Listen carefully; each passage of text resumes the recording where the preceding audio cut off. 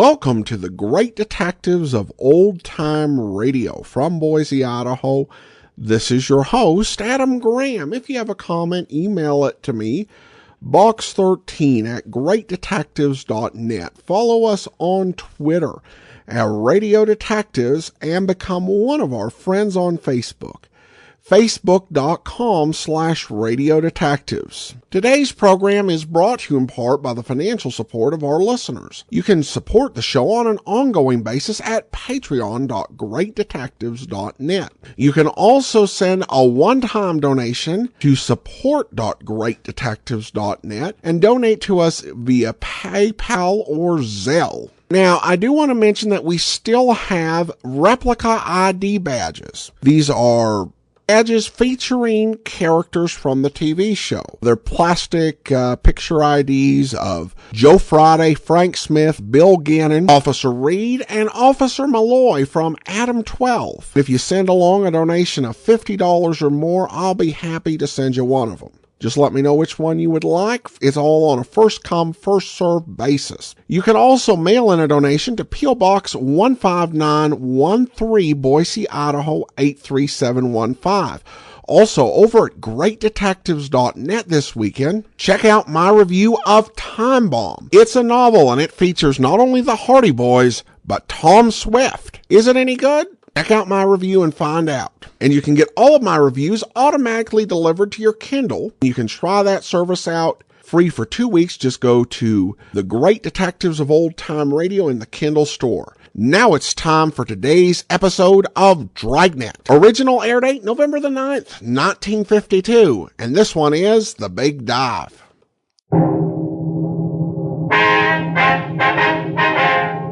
Sound off. Dragnet.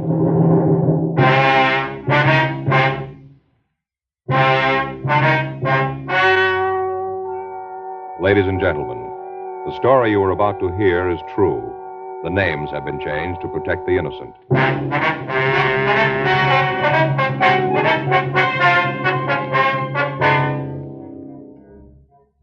You're a detective sergeant. You're assigned to homicide detail. You get a call that the body of a dead woman has been found in a closet.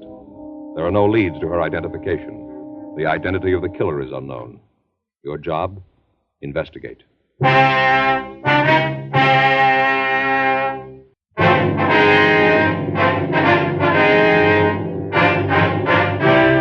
Dragnet, the documented drama of an actual crime. For the next 30 minutes, in cooperation with the Los Angeles Police Department, you will travel step by step on the side of the law through an actual case transcribed from official police files. From beginning to end, from crime to punishment, Dragnet is the story of your police force in action.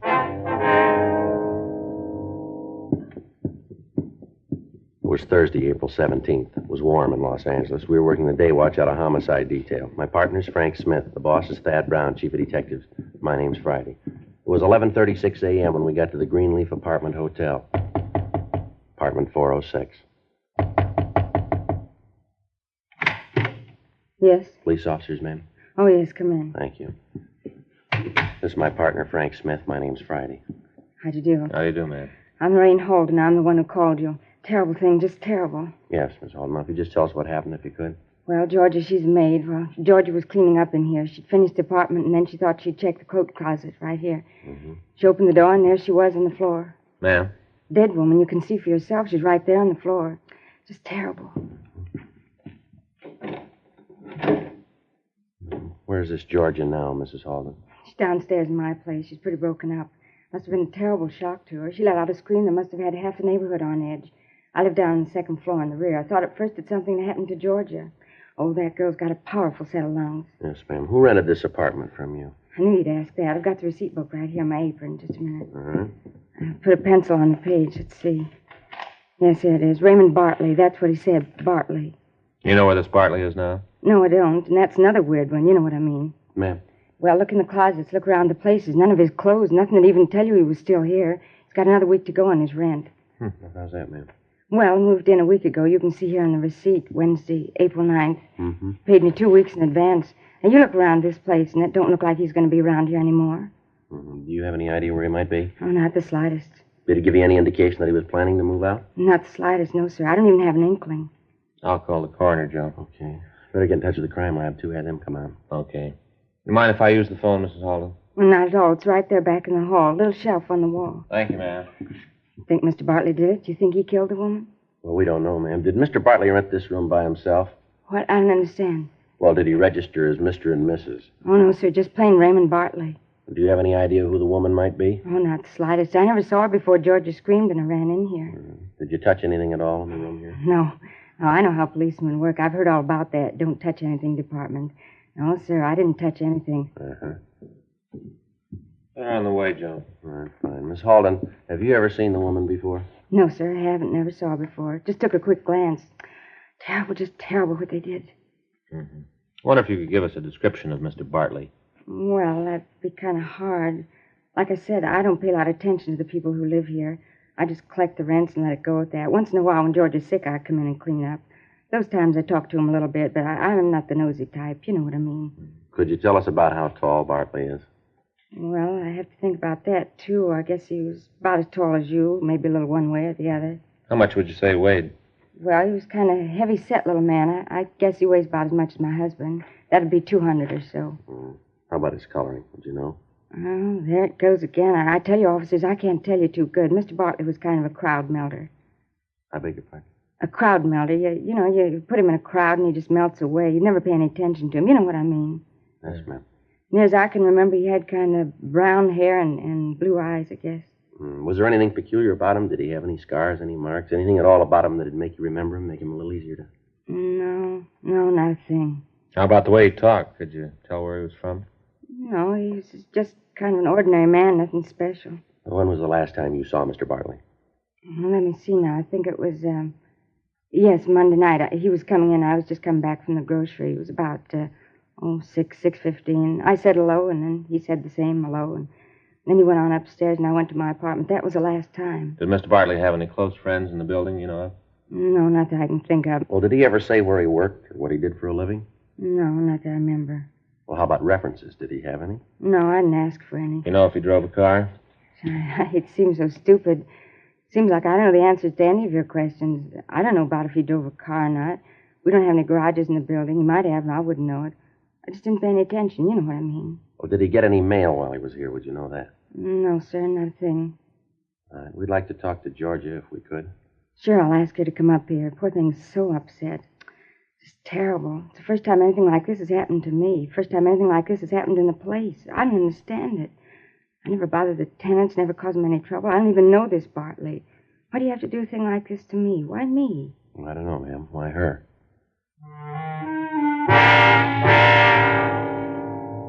The crime lab crew got there and went over the apartment. Photographs were taken of the room and of the position of the body. In going over the room, the crime lab came up with a probable murder weapon, a cast-iron poker standing in the fireplace rack. Brown hair, similar to the victim's, was found clinging to the metal. Dean Bergman lifted several partial and some full fingerprints from around the apartment and from the poker itself. He compared them with fingerprints of the maid and eliminated her as a suspect. He rolled the prints of the dead woman. Hers were eliminated from those found in the apartment. We talked to the maid and got the same story that we'd been given by Mrs. Halden. She was unable to add any information to what we already had. We talked to the neighbors in the building. None of them had had any dealings with the missing Ray Bartley. The woman in the apartment next to his told us that on the previous night at about 10:45, she had heard a woman's voice and a loud argument coming from the murder apartment, but she said she hadn't paid any attention to it. 2:42 p.m. Frank and I checked back into the office. I'll call Bergman, see if he was able to identify the woman or make the other prints. Yeah, right. I hope he's done some good. Yeah.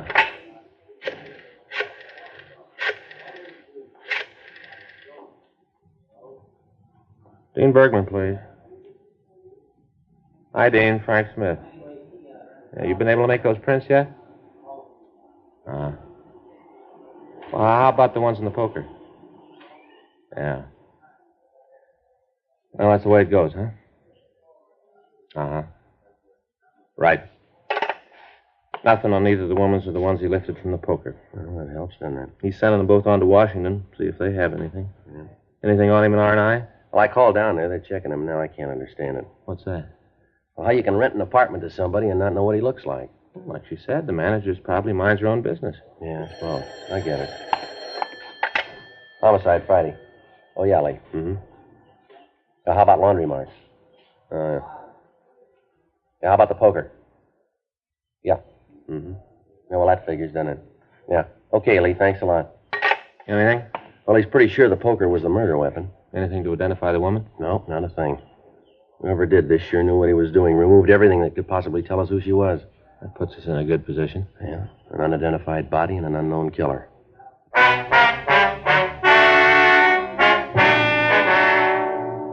The report came back from R&I. There was nothing in the records on a Ray Bartley of that description.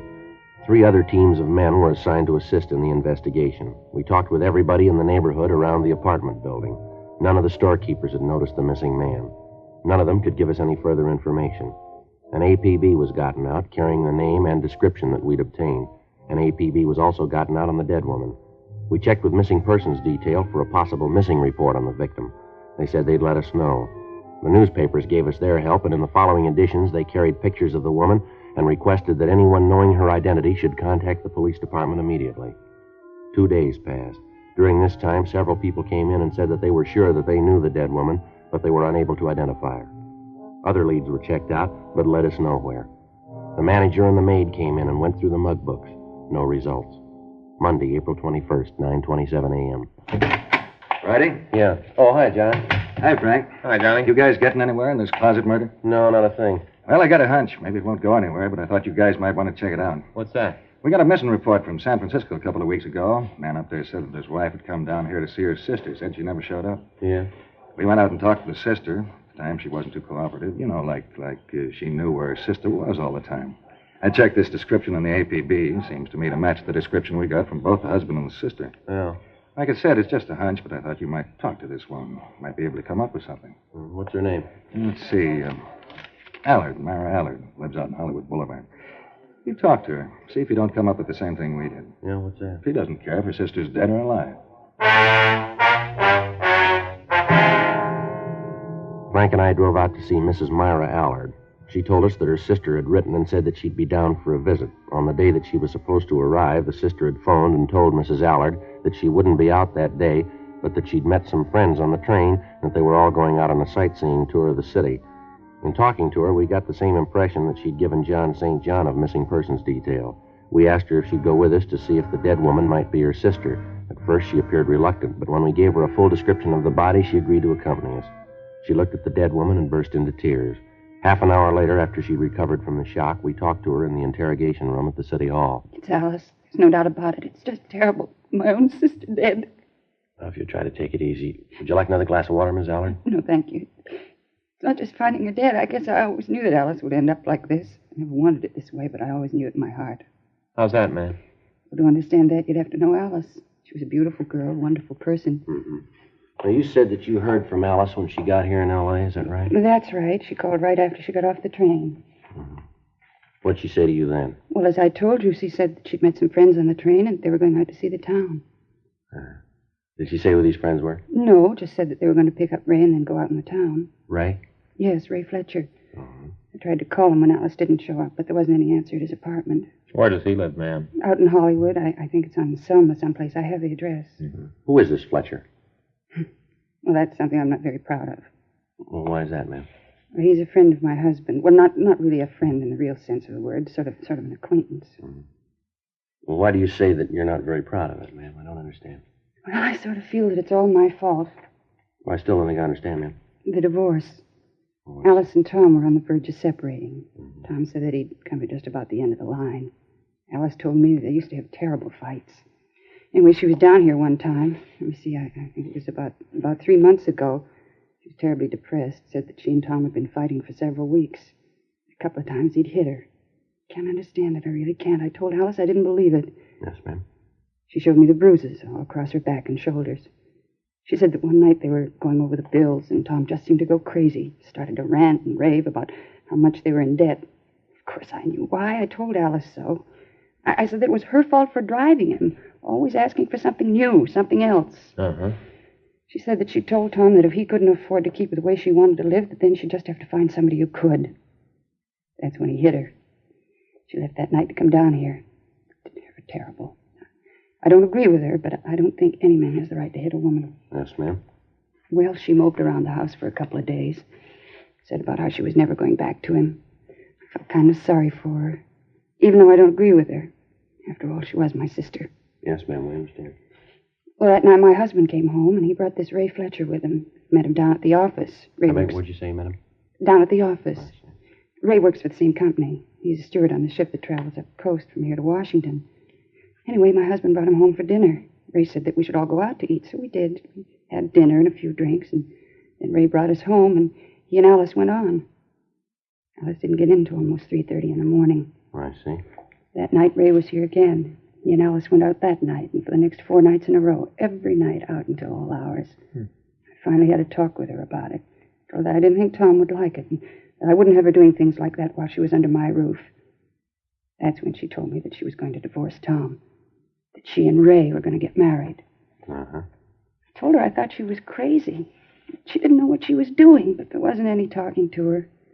She saw Ray every day. Then she went back up north to get things straightened out. I see. Well, did she follow through with her divorce plans?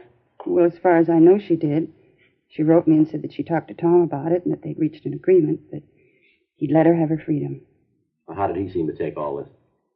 Well, he called me one night and asked if I knew why Alice was leaving him. He didn't know about Ray. I told him all about it before. I thought that maybe Alice hadn't said anything about it. What was his reaction to it?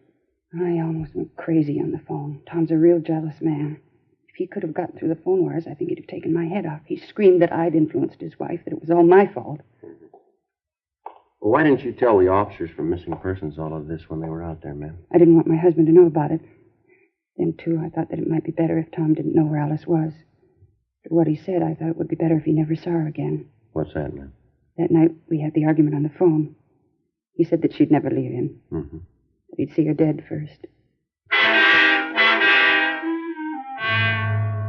The description of Ray Fletcher Mrs. Allard had given us tallied closely with that of Raymond Bartley. She also gave us his address and phone number. It was an apartment house in the southwest section of the city. Frank and I drove over, but found that he'd moved and left no forwarding address. We checked the apartment, but it had since been cleaned and occupied. Again, we ran into the same problem. No one could give us any information as to his whereabouts.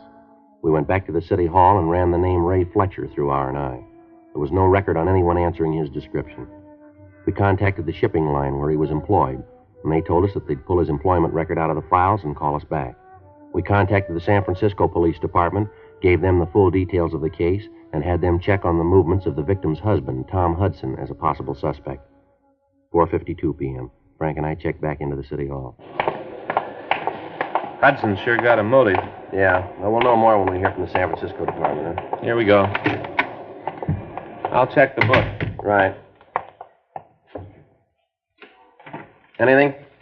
Yeah, there's a message from the shipping company Fletcher works for. Wants us to give him a call. Okay, what's the number? You got it there? Yeah, Hollywood 26709. Okay, I'll call it. Hollywood 26709. 09? Yeah, ask for Mr. August. August. Mr. August, please. Oh, my name's Friday, Los Angeles Police Department. Oh, Police Department, yes, ma'am. Yes, he asked me to call. Mr. August, this is Sergeant Friday. You asked me to call you? Yes, sir, that's right. Raymond Fletcher. Mm-hmm. When was it? Yes, sir. Well, thank you very much, sir. If you think of anything else, we'd appreciate a call. Yes, sir, Michigan 5211. Right. Homicide, huh? Right. Thank you, sir. Bye. Well, we're doing real well. What do you mean? Fletcher sailed for Canada this morning.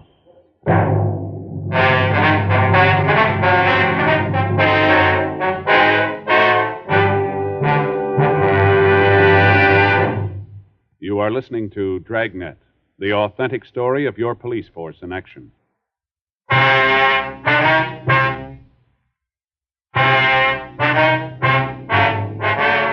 We contacted the San Pedro office of the shipping company and made sure that Fletcher was on board the ship when it had sailed. The management of the shipping line told us that it'd take about 24 hours before the tanker would make its first stop at San Francisco. We got in touch with the San Francisco Police Department and talked to Inspector Charles Sutton. He told us that they'd place a stakeout where the ship was due to dock and that they would await our arrival. At the same time, Sutton told us that they had conducted an investigation of the dead woman's husband, Tom Hudson, and that as far as they could find out, he didn't have the opportunity to kill his wife. They said that the records at the steel mill where he worked showed that he'd been on the job every day for the past month and a half. Questioning of his neighbors showed that he'd spent his time off, working around the house, and was seen each evening. Inspector Sutton stated that when Tom Hudson was told of his wife's death, he broke down and said that although there had been some talk of divorce, none of it had really been serious, and that this trip that his wife had taken to Los Angeles was to straighten things out with Fletcher. Hudson flew down to Los Angeles and gave a positive identification of the body. We got in touch with the captain of the ship that Fletcher was on and filled him in on what had happened.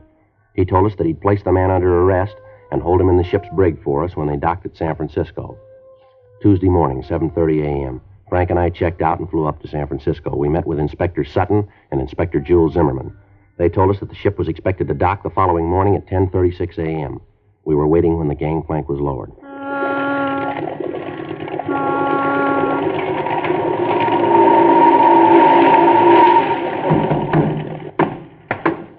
You're the officers? Yes, sir. I'm Inspector Sutton, San Francisco Police Department. Here are my credentials. These are Detectives Joe Friday and Frank Smith. They're from Los Angeles. Oh, yeah, you're the ones I talked to. I'm Captain Jackson. How you doing, Captain? Nice to know you. Down the break. He's been there since I got your message. I wonder if we could see him. Yeah, sure. We can go down this way. All right, fine. You sure Fletcher's the man you want? Well, we're not sure, sir. Looks that way. Hard to believe. Why is that, sir? Well, Fletcher's been with us for several years. Good man, hard worker. I know he's been studying for his papers. Wanted to be an engineer. Oh. I used to go by his room late at night on my way to the bridge. He'd be there, reading and working on the papers. Sure is hard to believe. Here, we go through here. Okay. Yes, sir. Of course, I knew something had to be wrong. Sir? Well, once in a while, he used to get together with Fletcher on shore. We'd talk about what he was studying. I'd try to help him with his seamanship. This trip I called him. I'd met an engineer that I thought Fletcher would like to talk to. I'd known the guy for years, just back from the Orient. Anyway, I called Fletcher. He told me he'd moved out, hadn't left any forwarding address. Uh-huh. I didn't hear from him at all. Then he called me and wanted to know if he could stay at my place for a few days. Said he'd had some trouble at the new place he was living. Landlady was giving him a bad time. Uh-huh. Did he say where he'd been staying? Yeah, the, Broadleaf, something like that. Could it be the Greenleaf, sir? Yeah, that's it, Greenleaf. Said the landlady was a real prune, called her a miserable woman. Old Fletcher looked as if he'd been tying one on for about a week when he checked into my place. His clothes were a mess. Come on, it's down here. Okay, fine. When I told Fletcher about this, he was real arrogant. Said he didn't want to talk to anyone. Never seen him run like this before. All right, Fletcher. Police officers are here. Come on out. Come on, Fletcher. Let's go. No, I'll go in.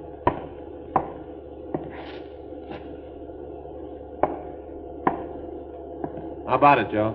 Room's empty.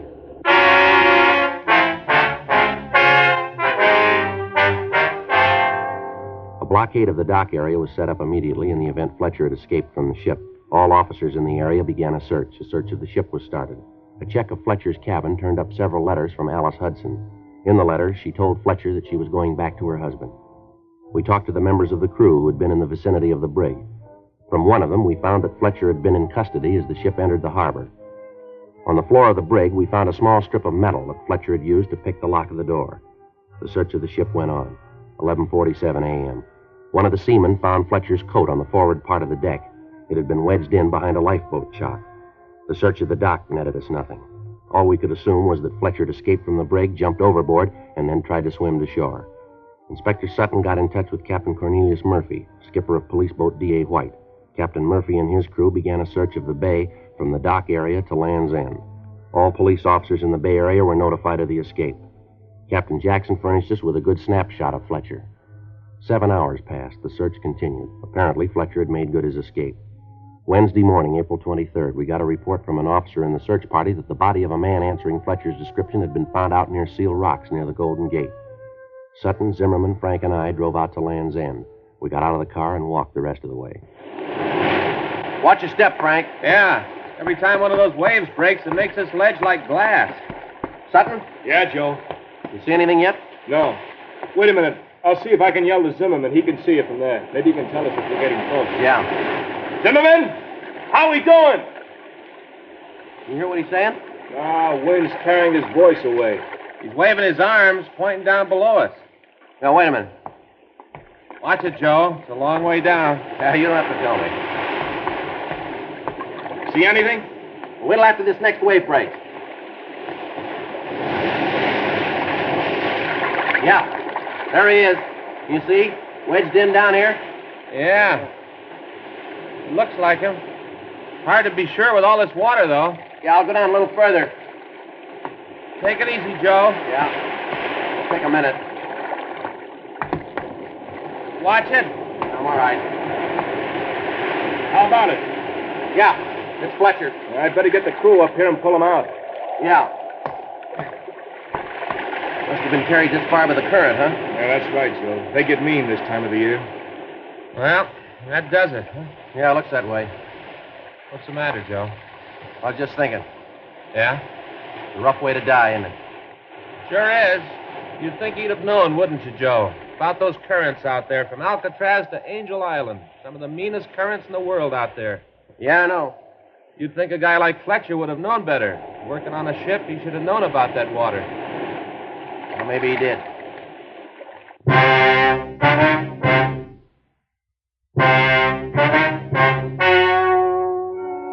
The story you have just heard was true. The names were changed to protect the innocent. On April 23rd, an examination was held in the office of the coroner of the city and county of San Francisco. In a moment, the results of that examination.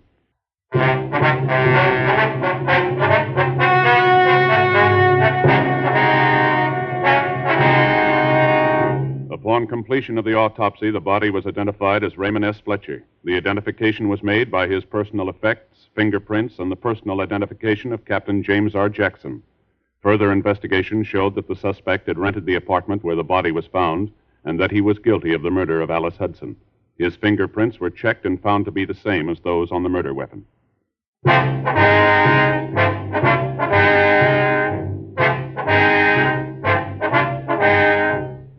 You have just heard Dragnet, a series of authentic cases from official files. Technical advice comes from the Office of Chief of Police W.H. Parker, Los Angeles Police Department. Technical advisors, Captain Jack Donahoe, Sergeant Marty Wynn, Sergeant Vance Brasher.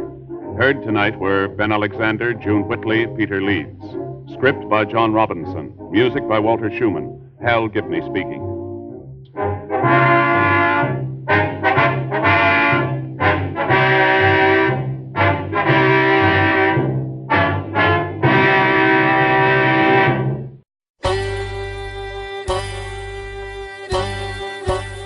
Hi, this is Andrew from OTRWesterns.com. I wanted to invite you to come take a look at our site where we put out podcasts of old-time radio westerns. Check us out at OTRWesterns.com. You're listening to The Great Detectives of Old Time Radio with Adam Graham. Now let's get back into the show.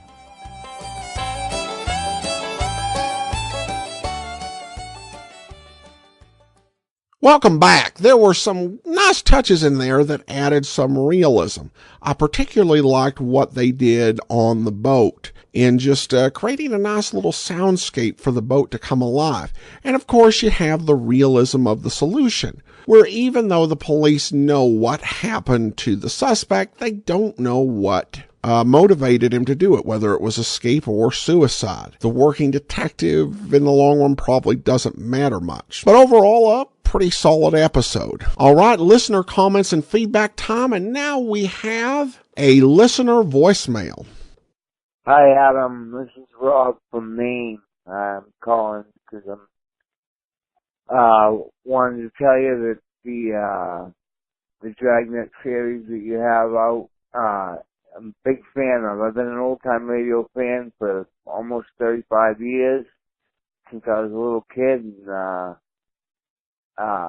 it is unbelievable. I love the commentary that you have after the show, and it's a great show, so keep it up.